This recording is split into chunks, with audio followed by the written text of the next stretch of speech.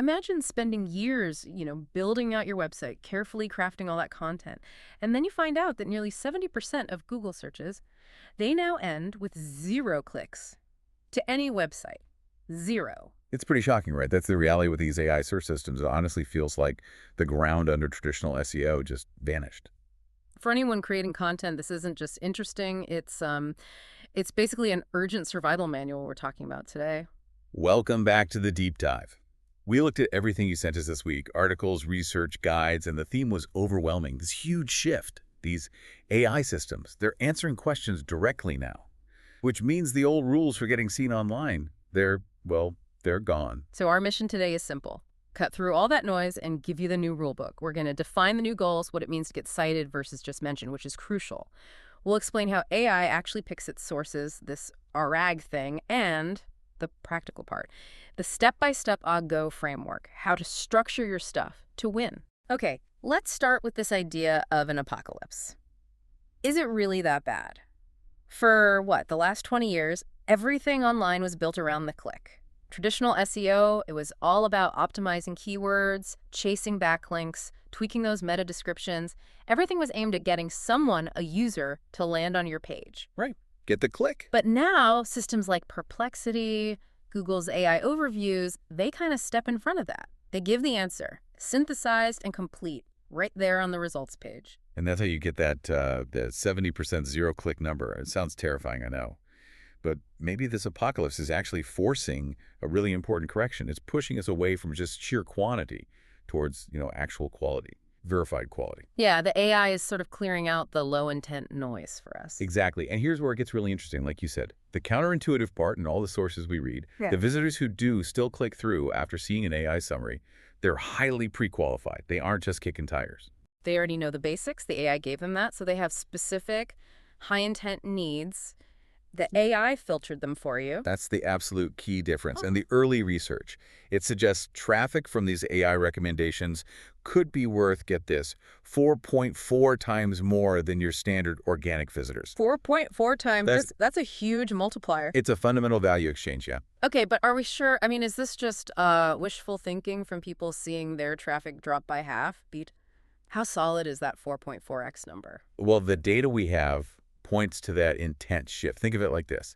Maybe traditional SEO brought 100 people to your open house just browsing. AI search, it brings maybe 20 people, but they're pre-approved buyers. They're ready. That target traffic just converts way better, way faster. Okay, so if overall traffic volume dips, but the value of each visitor potentially quadruples, how should we be measuring success now? What's the real measure? Success pivots completely. You stop chasing raw volume and start tracking the quality, the intent of those super filtered visitors. All right, to navigate this, we really need to get the language right. The new acronyms. Traditional SEO, search engine optimization, it's still essential. It's the foundation. The AI has to be able to find you in the first place. Table stakes. But just doing SEO now, it's not enough. It's like, you got invited to the party, but nobody's asking you to dance. Right. So there are 3 key acronyms now defining this new visibility game. First, SEO. Still focused on clicks, getting high rankings and those classic blue links. That's its job. Okay, the foundation. And then we move into the AI-specific goals. Exactly. Next up is GEO, Generative Engine Optimization. The goal here is citations. This means you want the AI to actually reference your site with a link as a trusted source, like the AI explicitly says, according to your website.com. You become the quoted expert in the AI's answer. Precisely. And then the top tier, the ultimate goal, that's AEO, AI Generation Optimization. Okay. Here, the goal is mentions. This is where your brand, your product, gets recommended directly as the solution, often without even needing a direct link right in that sentence. So it's integrated more deeply. Way more powerful. Sure. The AI might say something like, for ease of use, the Kit platform is often cited as an excellent choice. Yeah. Your brand becomes part of the AI's core, sort of unbiased recommended knowledge. That distinction feels really critical because most businesses are probably still stuck fighting the old SEO battle. While they're losing this much more valuable GEO and AGO war. Exactly. Yeah. So let's nail this down. What is the core difference between just getting cited GEO versus being mentioned as the solution a go? Okay, GEO means the AI quotes you. AGO means your brand becomes part of the AI's actual recommendation. It's core knowledge. Right, so how does the AI actually choose who to quote or mention? The old way was PageRank, right? Backlinks, domain authority. Yeah, that was the old engine. The new way AI systems pick sources, totally different. They primarily use something called RAG. RAG. RAG stands for Retrieval-Augmented Generation. Hmm. Beat. Basically, it's a multi-step process. It finds relevant info based on meaning, not just keywords. It uses things like vector embeddings. Then it retrieves the best snippets of text, synthesizes them into a coherent answer, and ideally attributes the source. So RA means the content itself needs to make sense, like structurally and semantically, not just have the right keywords stuffed in. Exactly. It's judging how good an ingredient your content is for the final answer it's cooking up. And to make it trickier, AI isn't just one thing. Different systems kind of have different personalities when they pick sources. So you need tailored strategies. Ah, okay. Not a one-size-fits-all approach then. Definitely not. Yeah. We need to think about at least 3 key personalities. First, ChatGPT. Think of it as the authority seeker. It really favors big, established publications. New York Times, Harvard Business Review, academic papers. So your strategy there. Deep, well-researched thought leadership. Clear author expertise is vital. Okay, authority seeker. Got it. Who's next? Then you've got Google AI overviews. Right. I'd call this one the broad aggregator. It pulls from a much wider net. Community stuff like Reddit, Quora, even video snippets from YouTube. So for Google's AI, you need to be in more places. Yeah, content on multiple platforms directly answer questions people ask in those communities. Video helps too. And the third one? Perplexity. Think of this as the expert curator. Perplexity loves specialized review sites, detailed technical documentation, deep dive analyses. If you want to satisfy Perplexity, you need specifics, data, benchmarks, really detailed comparisons. Whoa. Okay. That's a lot. It sounds less like writing an article and more like building, I don't know, content architecture layered 3 ways deep. Yeah. I mean, imagine trying to scale that structure to satisfy like a billion different queries across 3 systems that want fundamentally different things. It's intense. It really means you can't just write one blog post and, hope it works everywhere anymore. So does R care more about how well the content is structured for it to pull out info, or is it just about the overall authority, like the source? Oh, structure is absolutely key. RAG actively looks for formats it can read easily. Clear, defined content makes for a much better ingredient in its synthesis process. Okay, so if RAG needs this highly structured AI readable stuff, we need a plan, a concrete plan. How do we actually do that? How do we restructure content? Right. This brings us to the AG framework. It's basically 4 steps to make your content AI ready, but critically still engaging for actual humans. Okay, 4 steps. Let's hear them. Step 1, hook the humans, but scaffold it for the AI. This means every important piece of content. It must start with the TLDR box. Too long, didn't read. Right, the TLDR gives the human reader instant value, which is great, but for the AI. For the AI, it provides structured, citable facts right at the top. Super easy for it to pull out. And crucially, right there near the top, you have to display your authority signals, author credentials, expertise. Don't bury them. Okay, TLDR and authority up front. Step 2. Step 2, build atomic answer blocks. Stop writing long, rambling essays. Think of your content as a collection of standalone answerable units. The structure here is pretty much non-negotiable. An H2 header, framed as a specific question. Right below it, a direct answer. Then follow that with a key data point or evidence, and cite your source if possible. Atomic blocks, so the AI can just cherry pick the one specific bit it needs for a particular query. Makes sense. If the answer is buried deep in a long paragraph, the AI might just skip it. Exactly. I still kind of wrestle with prompt drift myself sometimes, especially trying to nail that TLDR box just perfectly for extraction. It's genuinely hard work to distill deep insights into, like, 3 bullet points that actually capture everything. Yeah, I can imagine. Okay, step 3. Step 3, add evidence and structure. AI loves clear structure because it's predictable, reliable. So use comparison charts, data tables, step-by-step processes. Really lean into those.